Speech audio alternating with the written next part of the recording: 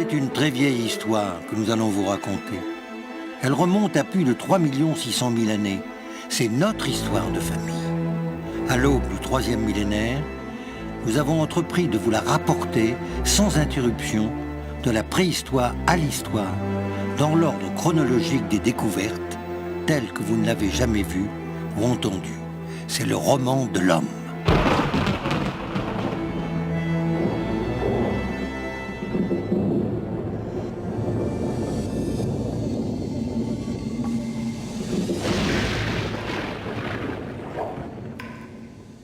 Vers 1930, l'archéologue australien Gordon Childe croit pouvoir affirmer que l'homme s'est arrêté et sédentarisé afin de cultiver la terre.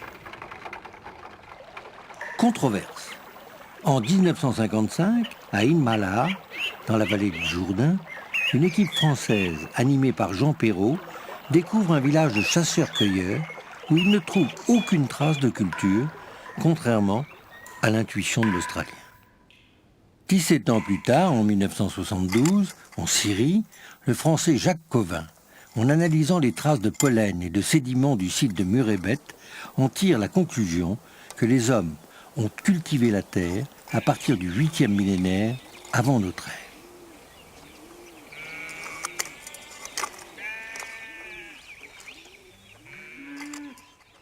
Désormais, notre ancêtre villageois ne dépend plus d'un troupeau qui se déplace, mais d'une plante qui pousse là où on l'a plantée. Il sème les graines, il élève les animaux, le village, cellule à taille humaine, s'agrandit. L'homme devient cité.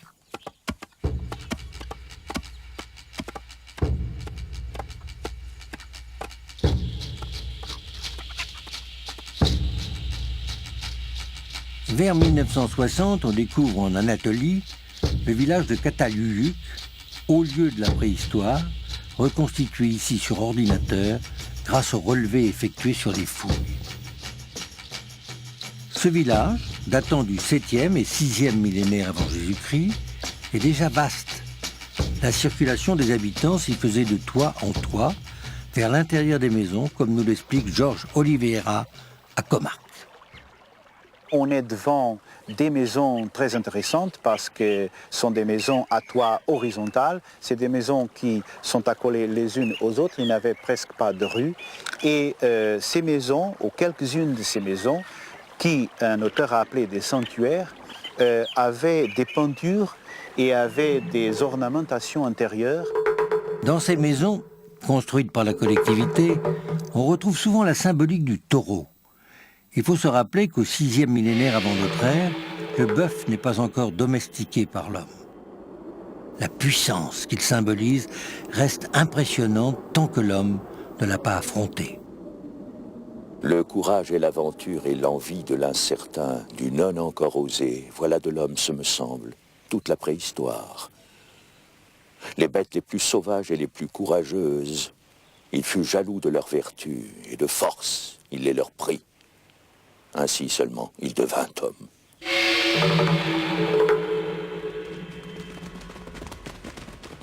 Probablement pour empêcher le bétail de s'éloigner, plus que pour se protéger de lui-même, l'homme entoure son village de palissades, comme en témoignent ces tranchées profondes de grands enclos, semblables à celles retrouvées dans l'île de Chypre. Mais en clôturant son habitat, sans le savoir, l'homme n'a-t-il pas déjà commencé à s'emprisonner lui-même?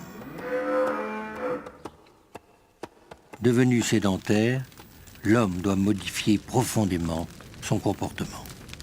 Deux innovations extrêmement lourdes de conséquences. La première, la plus ancienne, c'est le plâtre.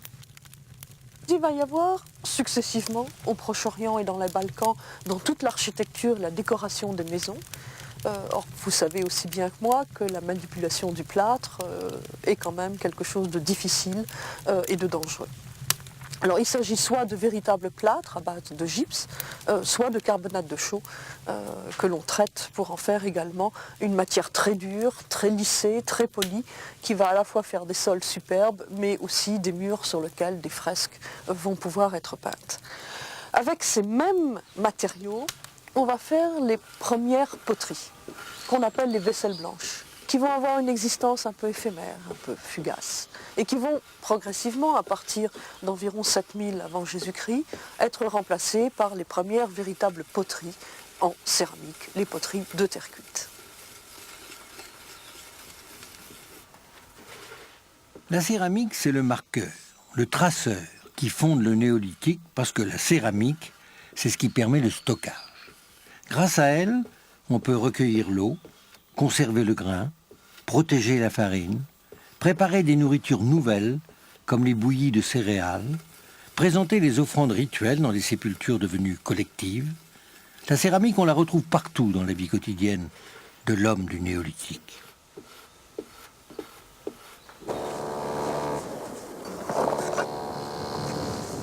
Oui, c'est un très jeune enfant, 3-4 ans.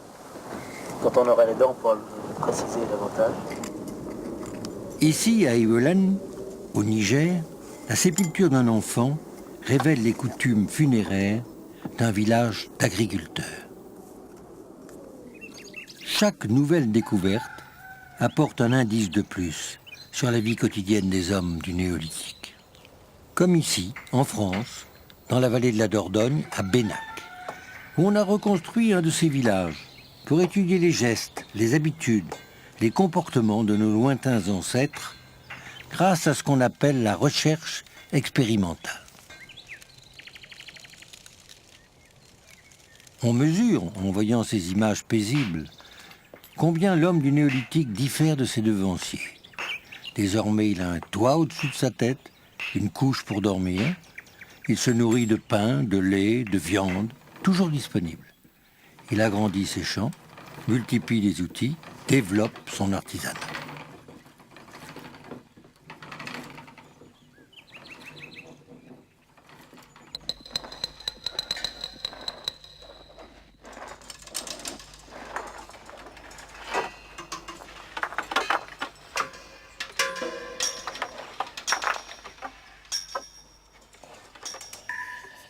Autant que l'archéologie nous permette d'en juger, les sites néolithiques étaient souvent de petits sites. C'était de petits villages qui avaient 100 à 200 habitants. Mais l'expérience montre que plus la taille des villages augmente, plus il y a des problèmes internes de gestion de la communauté. Il faut gérer les individus. Le néolithique donne aux paysans à portée de main tout ce dont il a besoin pour se nourrir. Donc, au niveau alimentaire, des surplus sont désormais possibles. Et cet engrenage fait que petit à petit, un certain nombre de richesses matérielles, qui se doublent toujours de richesses symboliques, idéologiques, vont pouvoir se développer et vont permettre de bâtir une société nouvelle.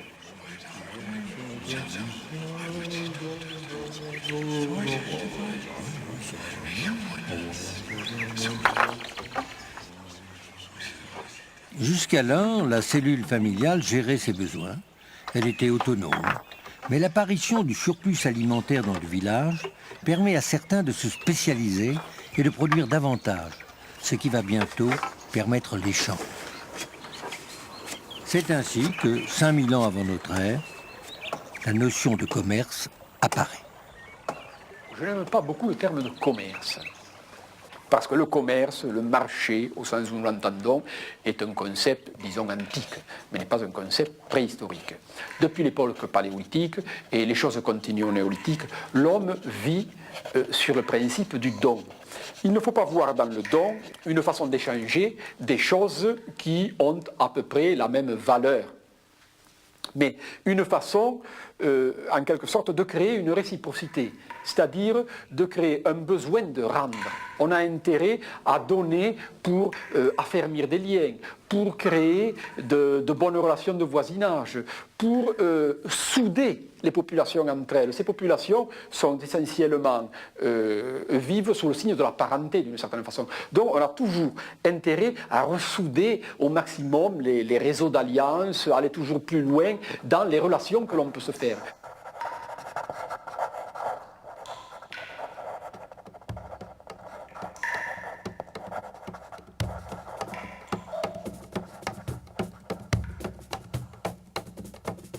Ces échanges commerciaux ont dû provoquer une émulation semblable à celle que les ordinateurs nous suggèrent aujourd'hui.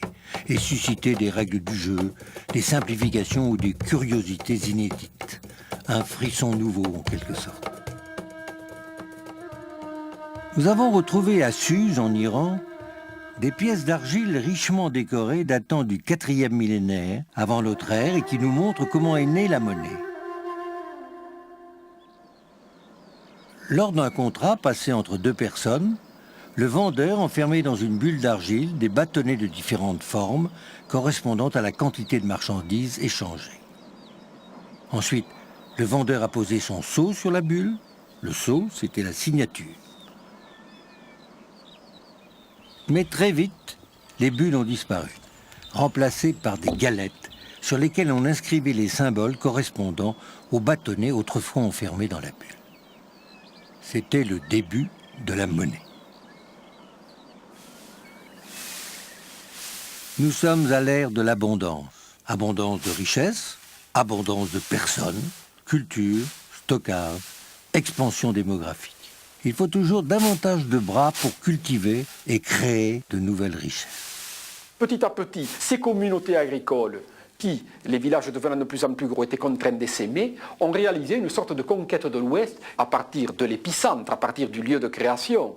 Et puis, de proche en proche, elles ont colonisé un espace qui était de plus en plus lointain. Cet espace, elles l'ont colonisé d'une certaine façon contre ou avec, comme l'on veut, les sociétés de chasseurs-collecteurs qui existaient déjà dans ces espaces, jusqu'au rivage de l'Europe du Nord et jusqu'aux îles britanniques. C'est-à-dire que toute la conquête de l'Europe s'est ainsi effectuée selon, en gros, deux trajectoires, deux grands chemins, deux routes royales de néolithisation.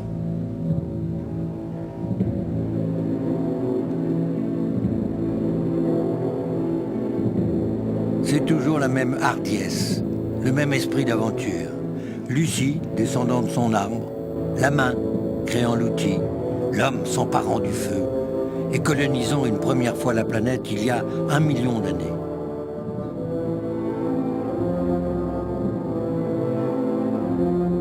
Partout, la signature de l'homme.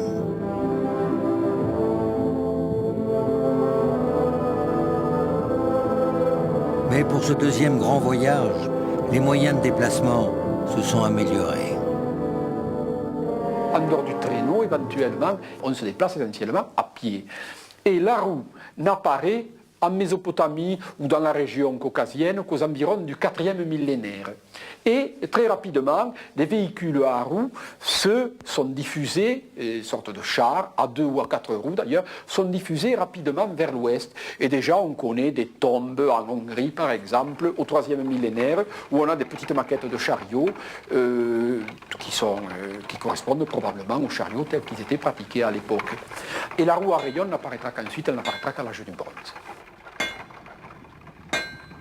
La domestication du cheval, un peu plus tard, au 4e millénaire avant notre ère, va permettre de couvrir rapidement de plus grandes distances. Homme et cheval, ensemble, vont accomplir de grandes choses. Or, on s'aperçoit qu'effectivement, au fur et à mesure que le néolithique se transmet, la culture change. Le néolithique grec n'est pas le néolithique anatolien. Le néolithique de l'Europe centrale ou de la France n'est pas le néolithique du Proche-Orient. Le néolithique de l'Espagne n'est pas le néolithique de l'Italie, et ainsi de suite. Ça veut dire qu'à chaque fois que se transmettent les connaissances qui ont fait techniquement, je dirais, le néolithique, la culture, elle, se refabrique au fur et à mesure. Autrement dit, qu'est-ce que ça veut dire? Ça veut dire que déjà, les communautés tiennent à se démarquer des communautés voisines en réinventant une culture différente. C'est déjà tout le principe de l'identité qui est là-dedans.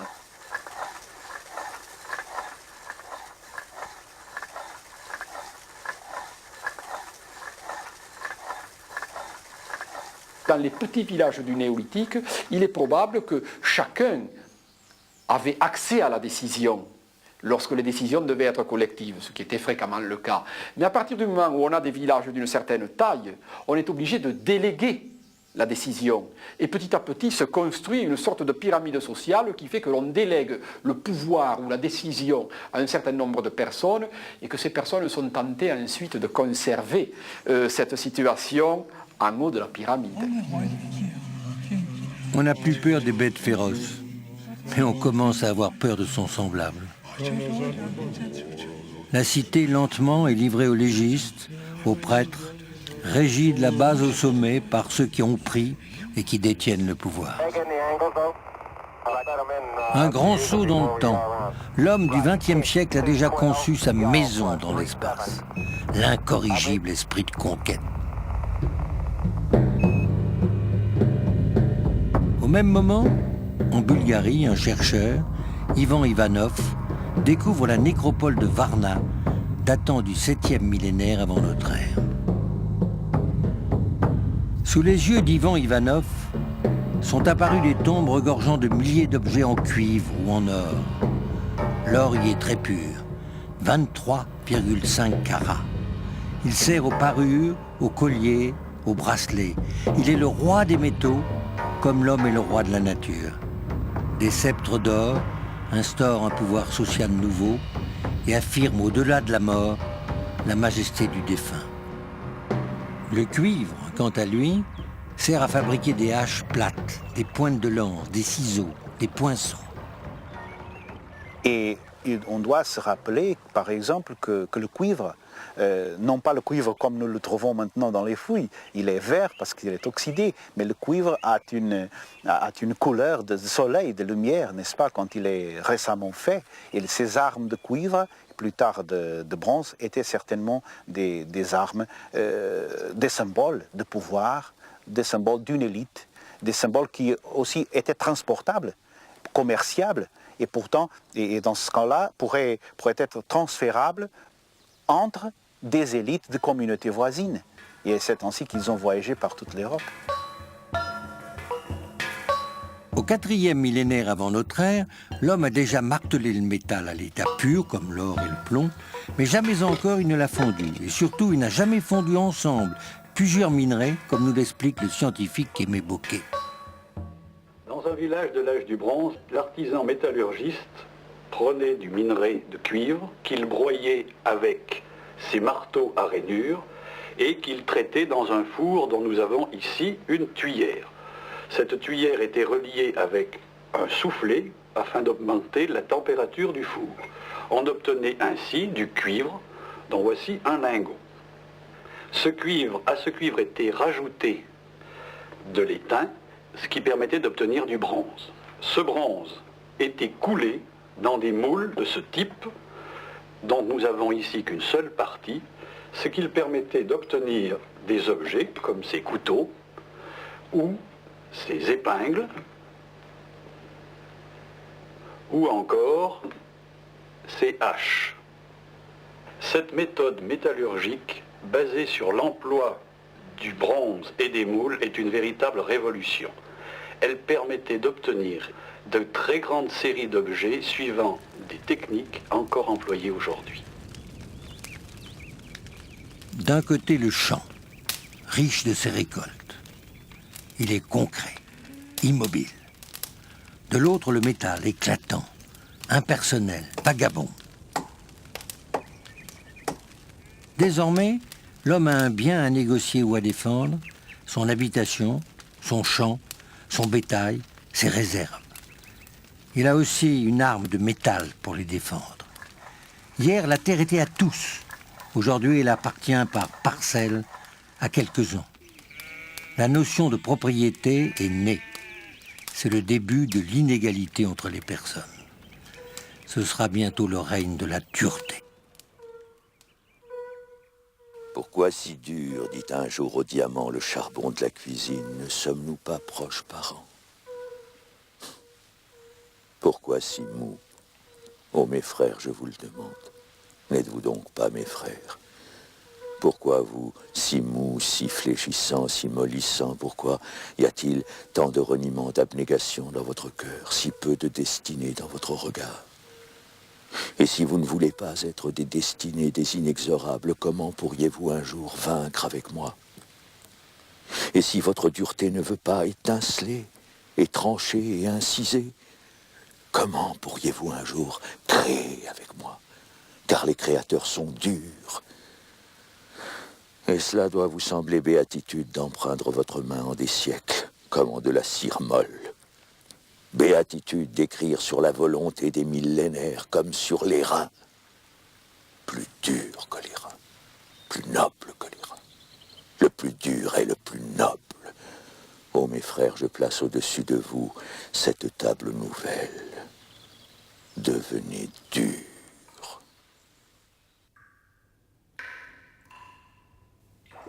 Alors évidemment, au néolithique, avec la propriété je ne dirais pas la propriété individuelle, mais au moins la propriété collective, à partir du moment où l'on fabrique de la richesse, évidemment, les heures ont des chances d'être plus importants. Et l'on retrouve régulièrement, notamment prenons le cas de la France, dans des sépultures de la fin du néolithique, des corps percés de flèches. Alors on a dit, c'est les débuts de la guerre. N'allons pas jusque-là. Ce sont les débuts des premiers conflits et nous ne savons pas quelle taille prenaient ces conflits, quelle envergure avaient ces conflits, quelle ampleur ils avaient. Il est certain qu'on s'est battu pour posséder quelque chose, probablement. Mais n'oublions pas aussi l'autre versant possible, c'est-à-dire les guerres rituelles. L'homme, pour s'affirmer, pour affirmer son statut, pour se valoriser, a besoin de montrer son courage, son adresse, et rien ne dit qu'entre communautés, il n'a pu exister de sortes de guerres rituelles qui étaient destinées à mettre en valeur l'individu, mais où malheureusement certains sujets pouvaient laisser la vie.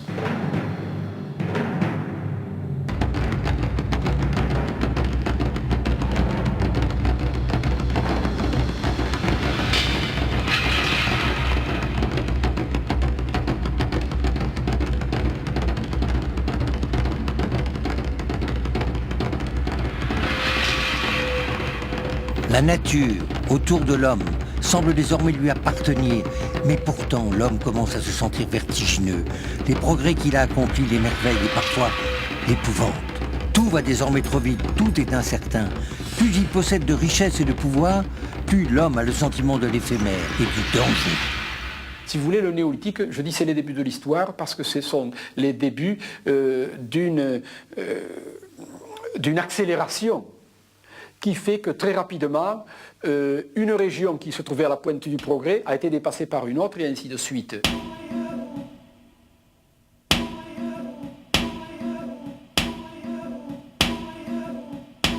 Certains peuples deviennent de plus en plus civilisés, tandis que chez d'autres, l'évolution semble freiner.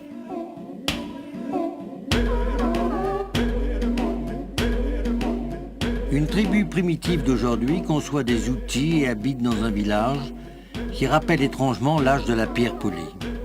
Cette tribu incarne à son insu la mémoire de l'humanité.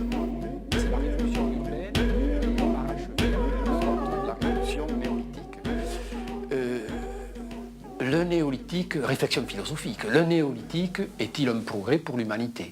En tout cas, c'est une phase irréversible. Bien entendu, puisque maintenant, pratiquement, à part quelques populations résiduelles de chasseurs-collecteurs, d'ailleurs souvent fort acculturées, le néolithique a fait la conquête de la planète.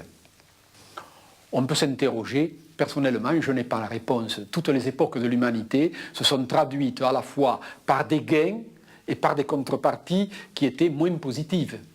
Alors au paléolithique, on travaillait peut-être moins.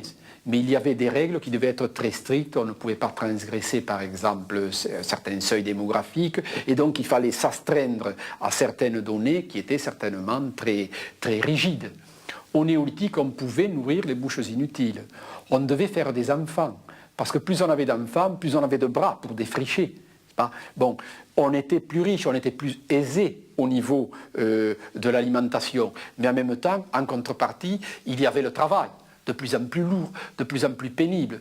Je crois que c'est une philosophie générale. L'homme a toujours eu à la fois les gains et les contreparties maléfiques, en quelque sorte, de son environnement, comme il aura toujours les maladies de son environnement. Je crois que l'homme est fait à la fois, parallèlement, pour jouir et pour souffrir. Chaque progrès a chassé l'homme un peu plus loin, hors d'habitudes que nous avions à peine acquises. Et nous sommes véritablement des émigrants qui n'ont pas encore fondé leur patrie. Pour Saint-Exupéry, c'est un bien étrange et pathétique destin que celui de l'espèce humaine. Il reste à notre ancêtre du néolithique un autre très grand voyage à accomplir. Cette fois, ce sera dans son imaginaire. Ce sera le temps des dieux.